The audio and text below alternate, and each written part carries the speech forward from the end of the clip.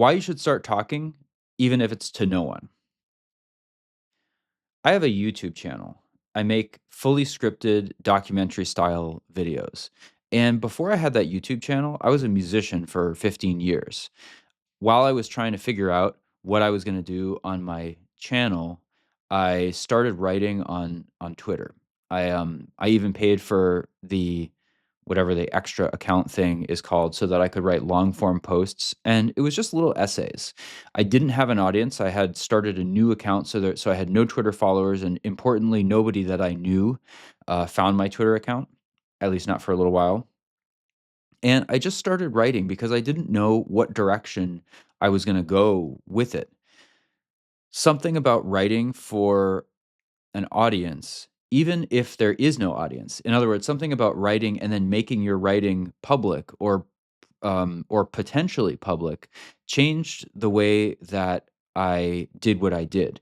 It was different from, say, journaling because the psychological effect of putting something out there into the world changes the way that you approach it and changes the intentionality behind it. So I started doing that, and it eventually led me to these documentaries that I've been making about math history topics. I really like doing it. It's exciting to me. It gives me a sense of a thrill of discovery, a sense of creativity. Um, I feel like there's ways that making these things factors in and uses all of the skills that I developed over many years as a musician, not the actual skills of, playing the trumpet, but the skills of understanding tension and release and timing and all of this stuff that's so important for any kind of performance art or any kind of entertainment medium. So that's all been great. But I still also want to find other ways to share my thoughts, other ways to potentially help people to teach. I really hope to make YouTube a job for myself, and in order to do that, you need revenue.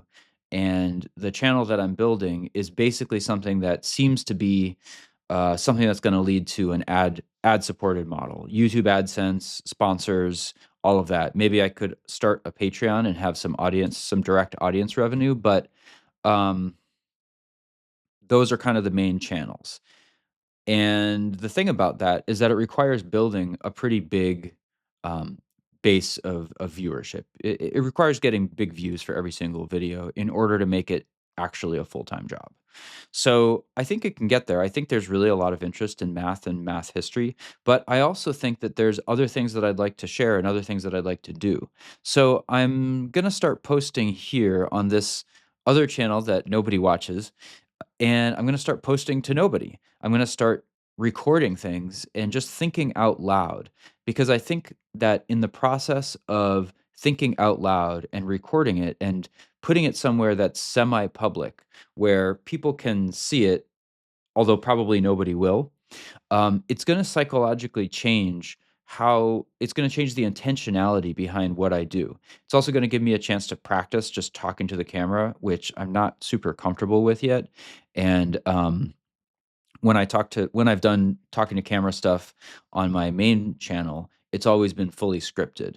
So there's something different about reading a script than there is just talking off the cuff. I'm a little bit comfortable talking off the cuff because I've tutored over Zoom for many years now, but it's still different when there's nobody on the other side and you're trying to monologue.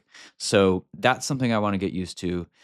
I think it's going to help develop the skills for me for the main channel, but it's also going to help me expand on some ideas and try to take them out of my head and put them into a more tangible form.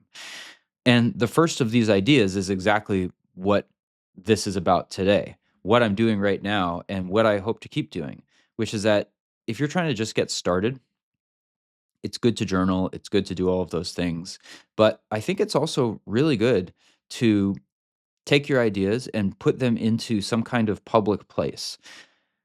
It doesn't mean anybody's going to listen or watch or pay attention, and that's part of the beauty of it.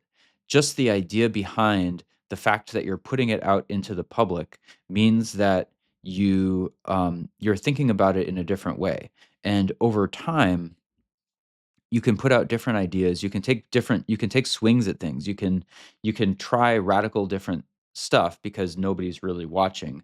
But when you do it, maybe something is gonna hit a nerve, maybe something will start to reach a bigger audience, and if that's the case, it's like a little signal, like you're out on the beach with a metal detector, and if you find one of these little signals and it starts telling you something, then you can get feedback from that and you can follow that signal.